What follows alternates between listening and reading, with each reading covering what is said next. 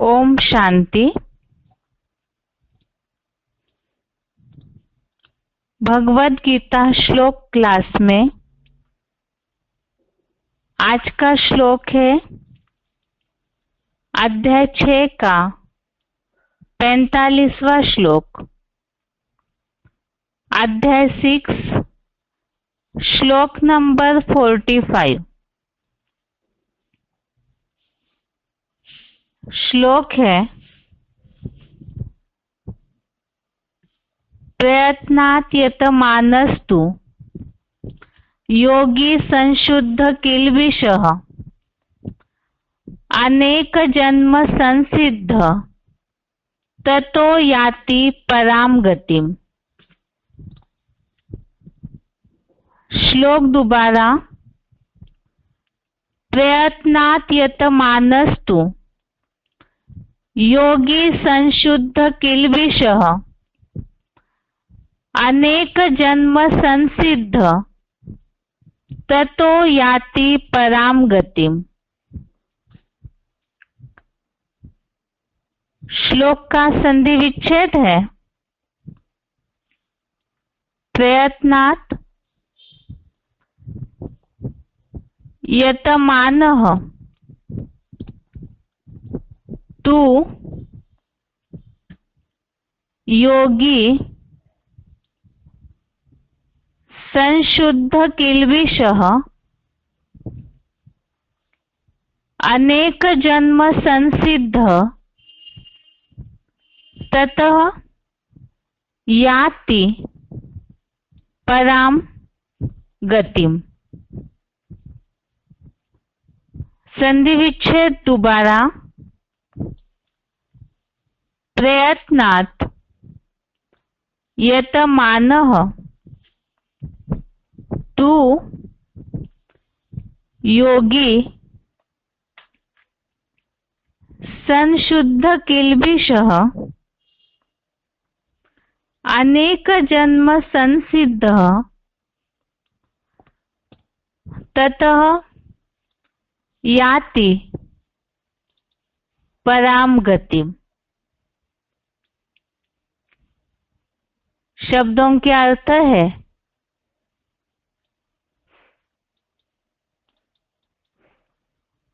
तू अर्थात किंतु,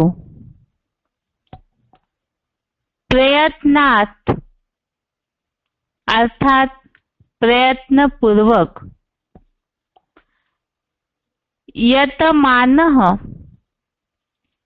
अर्थात योगाभ्यासी, योगी अर्थात योगी, संशुद्ध किल्बिषः अर्थात संपूर्ण पाप के धुल जाने पर, अनेक जन्म संसिद्ध अर्थात अनेक जन्म में संपूर्ण सिद्ध हुआ, ततः अर्थात बाद में, परां गतिम् अर्थात परम गति को, याति अर्थात पाता है।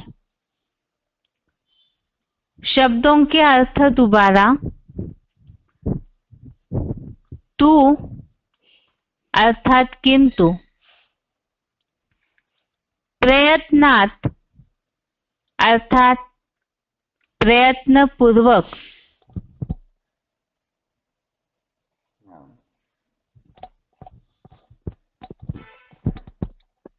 यतमानः अर्थात योगाभ्यासी, योगी अर्थात योगी, संशुद्ध किल्बिषः अर्थात संपूर्ण पाप के धुल जाने पर, अनेक जन्म संसिद्ध अर्थात अनेक जन्म में संपूर्ण सिद्ध हुआ, ततः अर्थात बाद में, पराम गतिम अर्थात परम गति को, याति अर्थात पाता है। श्लोक का अर्थ है, किंतु प्रयत्न पूर्वक योगाभ्यासी योगी संपूर्ण पाप के धुल जाने पर अनेक जन्म में संपूर्ण सिद्ध हुआ बाद में परम गति को पाता है। क्लैरिफिकेशन वाले अर्थ में एक ही शब्द है। परम गति के यहाँ विष्णु रूप परम गति को पाता है। श्लोक का अर्थ फिर से एक बार, किंतु प्रयत्न पूर्वक योगाभ्यासी योगी संपूर्ण पाप के धुल जाने पर अनेक जन्म में संपूर्ण सिद्ध हुआ बाद में विष्णु रूप परम गति को पाता है। श्लोकों में जहां बात चल रही थी, एक तो योग भ्रष्ट पुरुष की गति का विषय और ध्यान योगी की महिमा। तो अभी तक के श्लोकों में हमने योग भ्रष्ट पुरुष और उनकी गति के बारे में कई सारे श्लोक समझे हैं और अर्जुन के संशय को भी भगवान ने स्पष्ट किया कि एक बार जिसने पुरुषार्थ शुरू किया, योगी बने हैं, तो ऐसी ज्ञान सूर्य की जो संतान है वो दुर्गति को नहीं जाती और दोबारा जन्म लेकर के जब आते हैं तो फिर से संपूर्ण सिद्धि हेतु यत्न करते हैं और उनका वो जो योगाभ्यास है पूर्व जन्म का, वो उन्हें दोबारा ही योग सिद्धि हेतु अगले जन्म में भी खींचता है। और ऐसी जो आत्माएं हैं वो फिर से योगाभ्यास का जो प्रयास करती है, जो आज के श्लोक में उल्लेख आया, प्रयत्न पूर्वक योगाभ्यासी अर्थात जो संपूर्ण सिद्धि के लिए यत्न करते हैं, योग अभ्यास का प्रयत्न करते हैं, पुरुषार्थ में लगे रहते हैं, ऐसों के संपूर्ण पाप धुल जाने पर, विकर्म विनाश होने पर ऐसी आत्माएं विष्णु रूप परम गति को पाती है। अर्थात संपूर्ण जो सिद्धि है वो परम गति विष्णु रूप या वैष्णु लोकीय वैकुंठ की प्राप्ति करते हैं। और श्लोक को समझने के लिए ही आखिर परम गति क्या है, पाप क्या है, इसके लिए ही रेफरेंस श्लोक लिए है।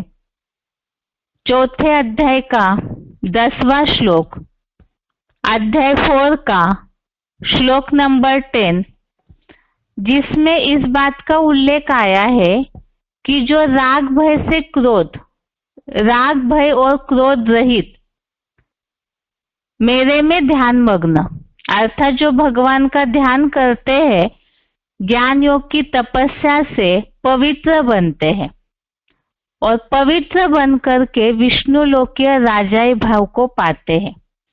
आज के श्लोक में उल्लेख आया है पाप के धुल जाने पर परम गति को पाना, और यही उल्लेख चौथे अध्याय के 10वें श्लोक में मेरे भाव को पाना, और इस मेरे भाव को पाने के लिए ही क्लैरिफिकेशन वाले अर्थ में बताया विष्णु लोकीय राजाई भाव।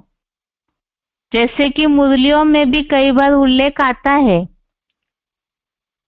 वर्षे को पाने की बात, बाप और वर्षे को याद करो, नारायण को याद करो, मुझे याद करो। तो ये सारी बातें वास्तव में एक ही है। वो कैसे? इसके लिए ही 8वें अध्याय का 21वां श्लोक, अध्याय 8 श्लोक नंबर 21, इसमें उल्लेख आया है विष्णु वैकुंठ लोकीय परम गति कहते हैं जिसको पाकर दुखधाम में वापस नहीं आते वह मेरा परम धाम है। तो यहाँ जहाँ वैकुंठ लोकीय परम गति है वही मेरा परम धाम है, जो इस सृष्टि पर उतर आता है। और इस सृष्टि पर जो चैतन्य परम धाम है, इसके पहले कई श्लोकों में हमने समझा है, जो मुकर्रर तनधारी है वही परम ब्रह्म, वही परम धाम है।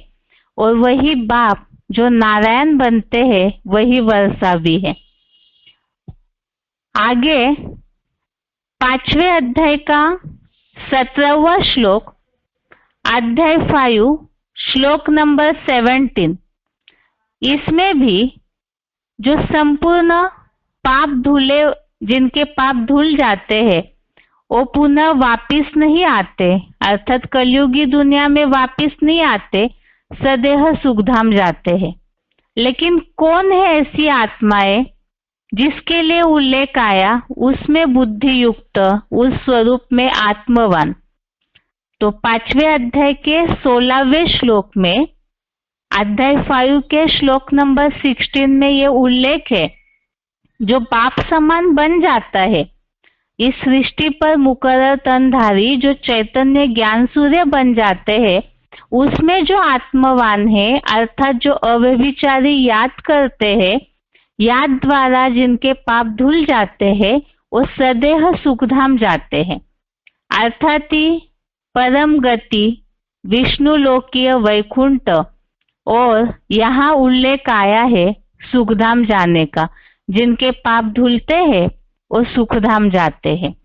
तो ये सारी बातें, जैसे कि आज के श्लोक में भी उल्लेख आया है, संपूर्ण पाप धुल जाने पर परम गति को पाते हैं। आगे 5वें अध्याय के 25वें श्लोक में, अध्याय 5 का श्लोक नंबर 25 में भी इस बात का उल्लेख है। पाप नाशक ऋषि परम ब्रह्म का निर्वाण पद पाते हैं। इसमें और भी बातें हैं, लेकिन आज के श्लोक में जो खास जो उल्लेखित बात है केवल हम उसे ही देख रहे हैं। पाप नाशक ऋषि परम ब्रह्म का निर्वाण पद पाते हैं, जो आज के श्लोक में भी इस बात का उल्लेख है। और अध्याय 6 का श्लोक नंबर 28, अध्याय 6 का श्लोक नंबर 28 में उल्लेख आया, आत्मा को सदा शिव बाबा से संयुक्त करता हुआ योगी, अर्थात भगवान से जिसने बुद्धियोग जोड़ा हुआ है, इसे ही यहाँ बताया। आत्मा को सदा शिव बाबा से संयुक्त करता हुआ, अर्थात जोड़ता हुआ पाप रहित योगी परम ब्रह्म का संपूर्ण स्पर्श युक्त अतीव सुख भोगता है। जो योगी बन जाते हैं, पाप रहित हो जाते हैं, तो वे अतीव सुख, जिसे हमने समझा है अतीन्द्रिय सुख को प्राप्त करते हैं। और अतीन्द्रिय सुख के श्लोकों को समझते समय भी हमने इन बातों को समझा है। परम गति, कर्मातीत अवस्था को पाना, विष्णु लोकीय वैकुंठ को पाना और परम धाम की अवस्था को पाना, निर्वाण पद की अवस्था को पाना, ये सारी बातें एक ही है। तो आज के श्लोक में जो विशेष उल्लेख आया, जो योगी बनते हैं, प्रयत्न पूर्वक योगाभ्यासी योगी पापों का विनाश करने पर परम गति को पाते हैं। और इसे समझने के लिए ही हमने ये सारे रेफरेंस श्लोक समझे। लेकिन अभी समझना है कि आखिर पाप क्या है। कई बार पाप की परिभाषा सही मायने में क्या है ये कईयों को पता नहीं होता है।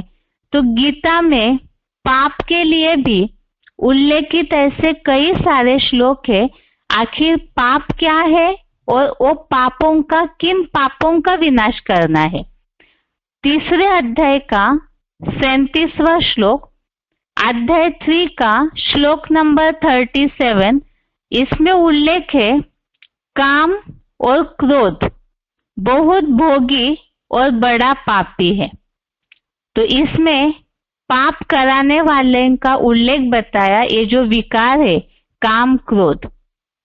ऐसे ही अध्याय 16 का श्लोक नंबर, अध्याय 16 का श्लोक नंबर 21, 16वें अध्याय का 21वें श्लोक में भी उल्लेख है, काम क्रोध लोभ ये सारे नरक के द्वार है। तो बेसिकली लेवल पे तो ये बात को समझाया जाता है, 5 विकार जो है ये नरक है और यही पाप कराते हैं। और 16वें अध्याय के 22वें श्लोक में, अध्याय 16 के श्लोक नंबर 22 में बताया कि ये जो 3 अंधकार के द्वार है, अर्थात ये जो काम क्रोध लोभ है, ये अंधकार के द्वारों से जो विमुक्त अर्थात जो मुक्त हो जाता है विशेष रूप से, वो वैकुंठ की परम गति पाता है। तो बात आई कि जो पाप का नाश करते हैं वो परम गति को पाते हैं, और पापों का नाश अर्थात इन श्लोकों के आधार से हमने समझा विकारों का नाश जो करते हैं पूरा निर्विकारी बनते हैं, वो परम गति को अर्थात स्वर्ग को, वैकुंठ को, वर्षे को प्राप्त करते हैं। और 5वें अध्याय के 26वें श्लोक में, अध्याय 5 का श्लोक नंबर 26 में उल्लेख आया, काम क्रोध से रहित ऐसी जो आत्माएं हैं, परम ब्रह्म का निर्वाण पद यहाँ और वहां भी होता है, अर्थात संगम युग पर भी परम ब्रह्म का निर्वाण पद प्राप्त करते और उसके साथ साथ 21 जन्मों में भी नंबरवार अनुभव करते। तो इन श्लोकों से ये समझा कि पापों का नाश करना अर्थात विकारों का नाश, और विकारों का नाश करने के लिए योगी बनना है। योगी जितना बनते जाएंगे, जितना योगाभ्यास बढ़ता जाएगा, विकर्म विनाश होते जाएंगे, तो उतने ही ऐसी आत्माएं परम गति अर्थात वैकुंठ की, स्वर्ग की, निर्वाण धाम, निर्वाण पद की प्राप्ति करते हैं। ये श्लोकों संबंधित, आज के श्लोक संबंधित रेफरेंस श्लोक है। अब कई बार ऐसे है भगवत गीता में हम रेफरेंस श्लोक इसलिए समझते हैं ताकि जो श्लोक हम जिस दिन का पढ़ते हैं उस श्लोक को हम सही रीति से समझ सके। अर्थात गीता में एक श्लोक से संबंधित ही कई सारे अलग अलग अध्यायों में अलग विषयों पर चर्चा करते हुए श्लोक आए हुए हैं। तो सारे श्लोकों का संकलन करके हम यदि डेली के श्लोक को समझते हैं तो उसका सही अर्थ हमें समझ में आएगा। दूसरी बात, उसे पुरुषार्थी जीवन में भी सही रीति से लागू करके अवस्था को हम ऊंचा कर सकते हैं।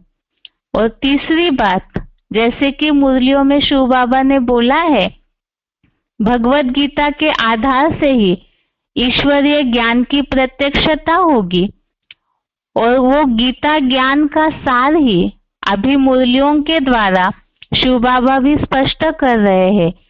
तो दुनिया को ईश्वरीय ज्ञान का प्रूफ देने के लिए भगवत गीता के श्लोकों को सही रीति से समझना जरूरी है, ताकि हम ईश्वरीय ज्ञान को भी दुनिया के सामने प्रूफ सहित समझा सके।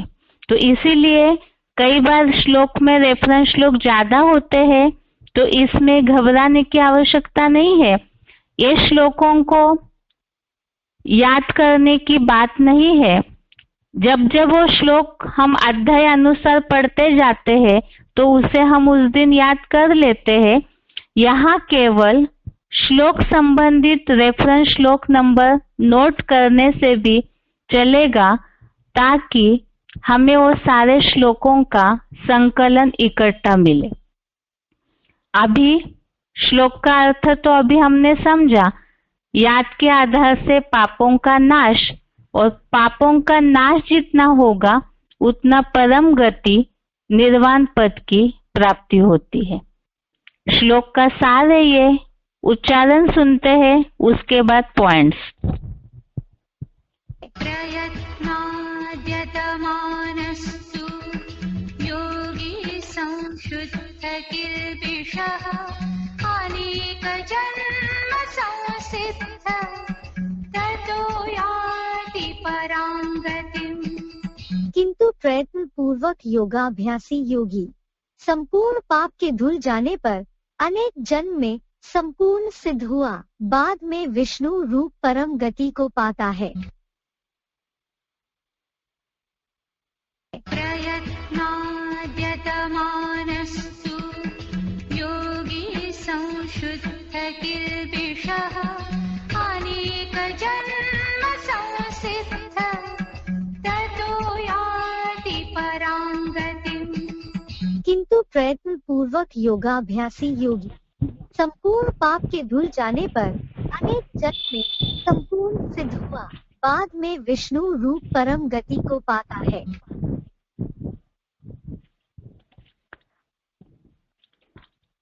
आगे है श्लोक संबंधित points. Selected point number 289, selected point number 289। Pure बनेंगे तभी परमधाम जा सकेंगे। तो बरोबर बाबा आते हैं, कहते हैं ना, तुमको हम प्योर बना करके साथ में ले चलेंगे। क्या ले तो चलेंगे, लेकिन क्या करो है? क्या करो तब ले चलेंगे। अरे क्या करो है? अरे यही पता नहीं कि क्या करें। हाँ, पास हो जाओ, किस बात में पास हो जाओ है? निराकार बन जाओ। हाँ, पवित्रता में पास हो जाओ। मनसा के संकल्प गंदे न चले हैं, गंदी भाषा न निकले, गंदे कर्म न याद आए हैं। याद भी आते हैं, अगर गंदा कर्म करने के लिए संकल्प भी चलता है, कोई प्रयास भी करते हैं, तो क्या कहेंगे है? पवित्र कहेंगे, अपवित्र कहेंगे? अपवित्र कहेंगे। तो बाप कहते हैं प्योर बना करके साथ में ले चलेंगे, और साथ में उन्हों को ही ले चलेंगे जो एकदम प्योर बनेंगे। क्या परसेंटेज में कुछ कमी रह जाएगी तो साथ में लेके चल नहीं सकेंगे अंत तक। हाँ, समझा ना? एकदम पवित्र बनना पड़े, नहीं तो क्या करोगे? हाँ? नहीं बनते पवित्र, तब क्या कर लोगे?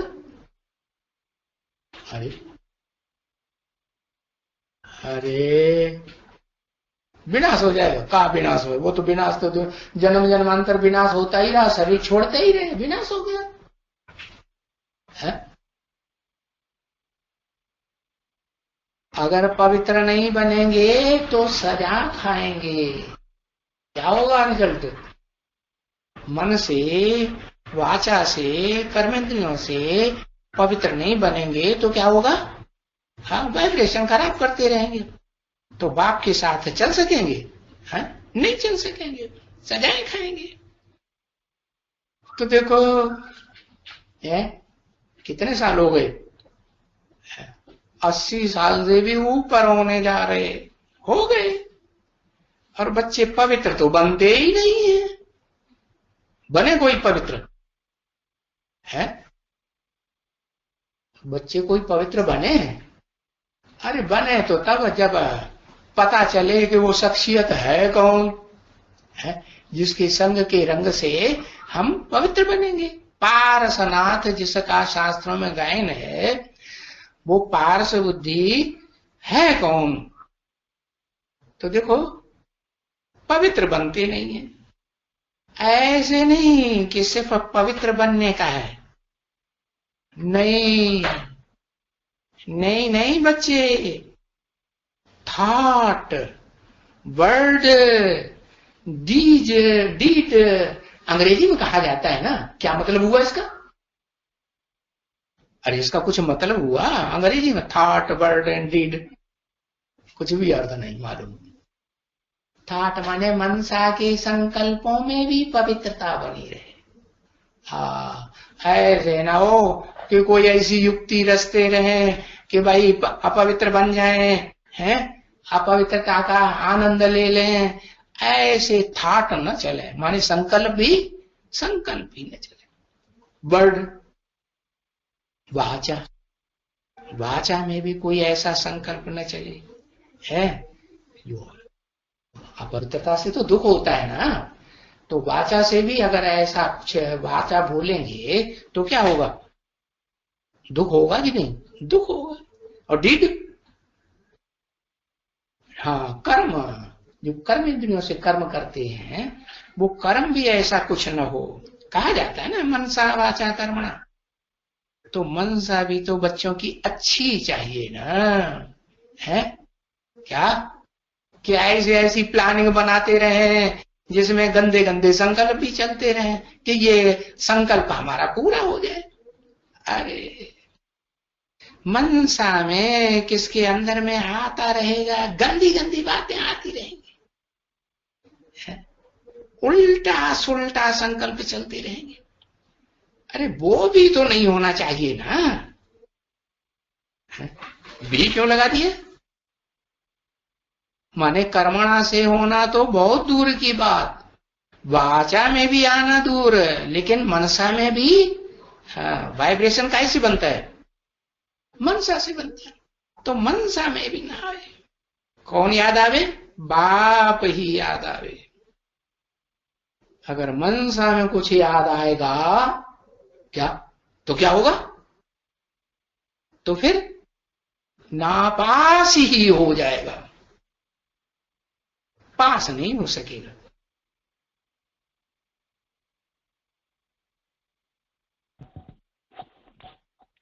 आगे है वार्तालाप नंबर 1252, डिस्कशन नंबर 1252, 28 मिनट के बाद से लिया हुआ पॉइंट है, 28 मिनट के बाद से लिया हुआ पॉइंट है, पाप नाशक ही परम धाम जाएंगे।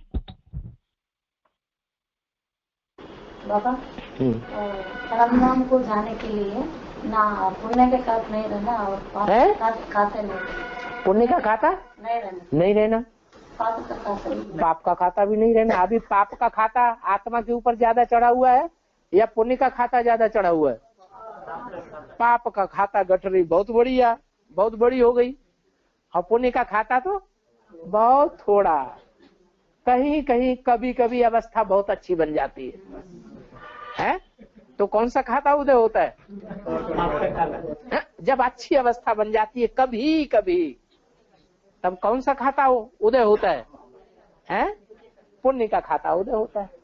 और अवस्था डाउन होती जा रही है या चढ़ती जा रही है? डाउन ही होती जा रही है। जब से ज्ञान में आए हैं, जब से जन्म लिया है, जब से निश्चय बुद्धि बने, तो पापों का खाता बढ़ रहा है या पुण्य का खाता बढ़ रहा है? श्रीमत की बरखिलाफी की और 1 गुना बोझ चढ़ता है कि 100 गुना बोझ चढ़ता है? 100 गुना बोझ चढ़ जाता है। तो उस हिसाब से पापों का खाते की वृद्धि हो रही है या घटोतरी हो रही है? वृद्धि हो रहा है, पापों की वृद्धि हो रही है। तो पापों का खाता बहुत बढ़ रहा है और पुण्य का खाता ना के बराबर। अब आगे चल के और जो जो आगे बढ़ते जाएंगे तो पुण्य का पलड़ा हल्का होता जाएगा और पाप का पलड़ा भारी होते होते होते एकदम जमीन पे बैठ जाएगा। बट्टा बैठेगा उठ जाएगा, है बट्टा बैठ जाएगा। तो पुण्य की तो बात ही छोड़ दो। अब क्या अभी पुण्यात्मा तो कोई है ही नहीं, सब पापात्मा है। माया ने सबको पापात्मा बनाई दिया। अब पाप की बात करो कि पाप की गठरी खत्म हो जाए तो हम परम धाम में जाए। तो पाप की गठरी के लिए बता दिया कि जब बाप प्रत्यक्ष होते हैं क्या, जब बाप प्रत्यक्ष होते हैं तो जो भी बच्चे हैं नंबर वार, नजदीकी या दूर वाले, नजदीकी, उनके पाप का खाता बाप के सन्मुख होए जीवम होए जब है जन्म कोटि अघनाश। अब कोटि जन्म तो कल्प कल्पांतर में हुए होंगे, उन्हें तो पता नहीं है कि जन्म कितने होते हैं। 84 जन्म होते हैं, तो 84 जन्म में भी 21 जन्म में तो पाप ही नहीं होते। पाप कितने जन्म में होते हैं? 63 जन्म की बात करना चाहिए, लेकिन भक्तों ने क्या कह दिया? कोटि जन्म अघ, करोड़ों जन्मों के पाप विनाश हो जाते हैं।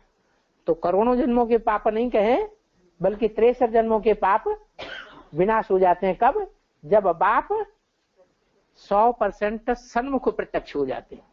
जो मुरली में बोला, जो सामने आए, जो देखे, जो कानों से सुने, वो कहे ये मेरा बाप। ब्रह्मा कुमारियों का बाप नहीं, आप ही कहेंगे ब्रह्मा कुमारियों का बाप आ गया, लेकिन कहेंगे हमें तो भगवान नहीं मिला। मिला होगा ब्रह्मा कुमारियों को, है, लेकिन तब क्या कहेंगे? हाँ, हर धर्म वाला जो भी आएगा, जो भी सुनेगा, वो कहेगा मेरा बाप आ गया। तो तब कहेंगे सन्मुख बाप जब अनुभव हो जाए 100%, तब कहेंगे पापों की गठरी खत्म हो गई, और फिर हम परमधाम, आत्मा हल्की हो गई। गठरी का बोझ जब उतर गया तो आत्मा हल्की हो गई या भारी है? हल्की हो गई। ऊपर उड़ेगी या नीचे रहेगी? अभी बोझ है तो कहाँ पड़े? बार बार बुद्धि को ऊपर ले जाने की कोशिश करते हैं। 1-2 सेकंड, 2-5 सेकंड ज्यादा जाए, 1-2 मिनट ऊपर, बाकी फिर नीचे। क्या करे? कोई ज्यादा ताकत लगाता है ना, किसी के ऊपर वजन रखा हो, ज्यादा ताकत लगाएगा तो थोड़ी देर के लिए ऊपर उठाएगा। जैसे सीरियल में दिखाते हैं, रावण ने पहाड़ उठाया, कैलाश पर्वत उठाया, तो उठाता था, बहुत सारी ताकत लगाते रहे, तो ऊपर उठा थोड़ा और फिर नीचे। तो यही हालत है। अभी कोई पूरा ऊपर परमधाम में जा ही नहीं सकता। उसके लिए क्या करना पड़े? है हाँ, बाप के सन्मुख हो जाए हम।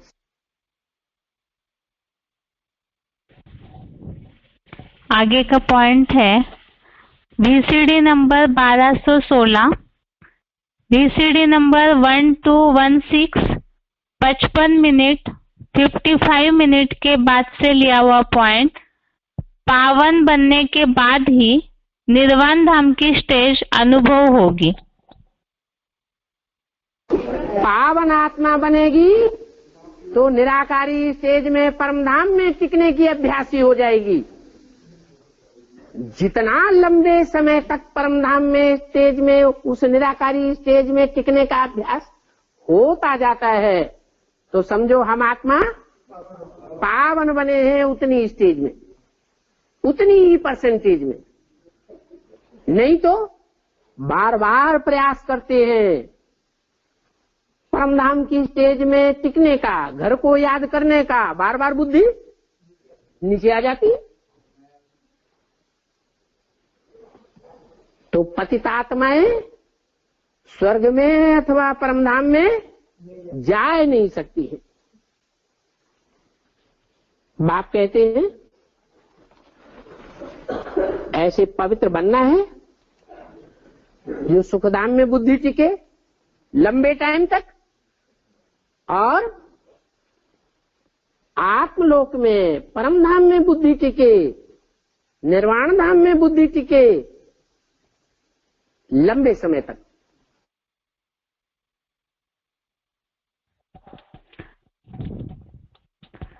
अभी तक के पॉइंट में श्लोक संबंधित जो उल्लेख आया है, मनसा वाचा कर्मणा पवित्र बनना है, विकारों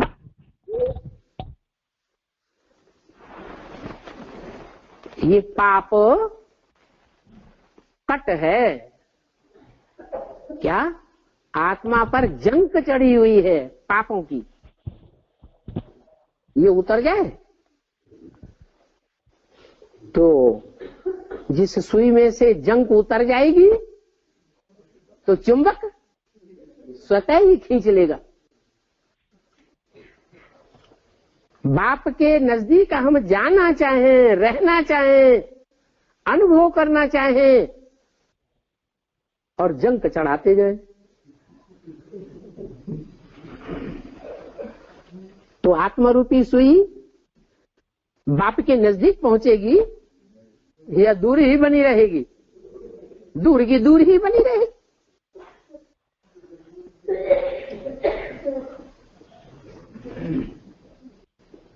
मैं गारंटी करता हूं कि इस याद से तुम्हारे पाप कटते जाएंगे।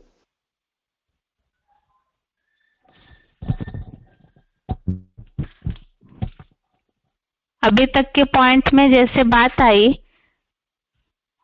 पहले तो मनसा वाचा कर्मना निर्विकारी बनना है, अर्थात प्योर बनना है।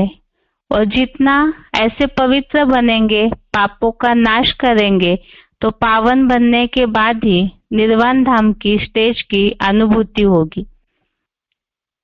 आगे है VCD number 1234, VCD number 1, 2, 3, 4, 14 minute 14 minute के बाद से लिया हुआ पॉइंट है। विकारों पर जीत पाकर देवता इसी जन्म में बनना है।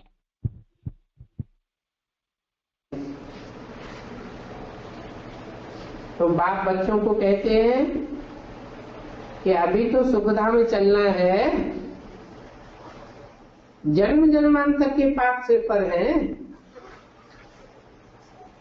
अभी मुझे याद करो तो पाप कट जाए और याद से तुमको बड़ी खुशी होगी।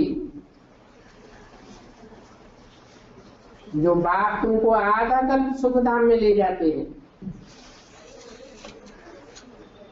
तो बाप को याद करना है। बाप कहते हैं अभी तुमको ऐसा बनना है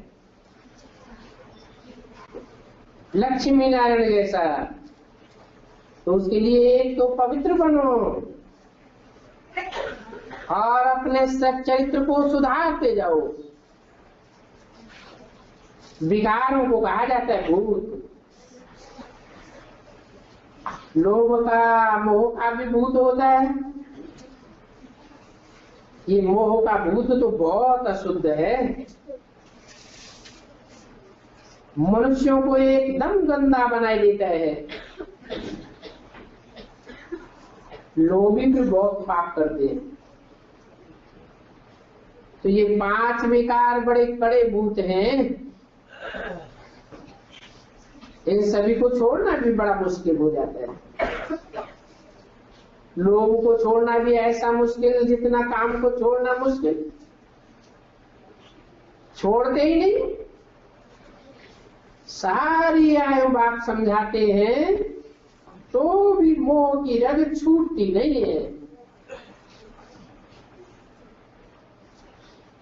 ये क्रोध भी मुश्किल से छूटता है। कहते हैं बच्चों को क्रोध आया, नाम तो क्रोध का लेते हैं। कोई भी भूत न आए,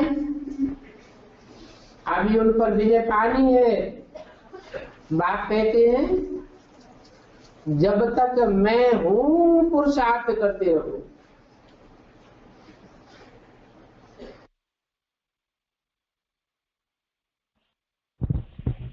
आगे है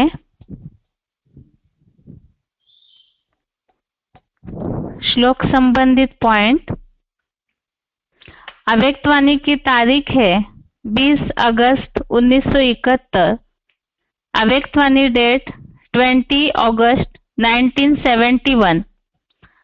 जब तक पूरी रीति आत्मा अभिमानी न बने हैं तो निर्विकारी भी नहीं बन सकते।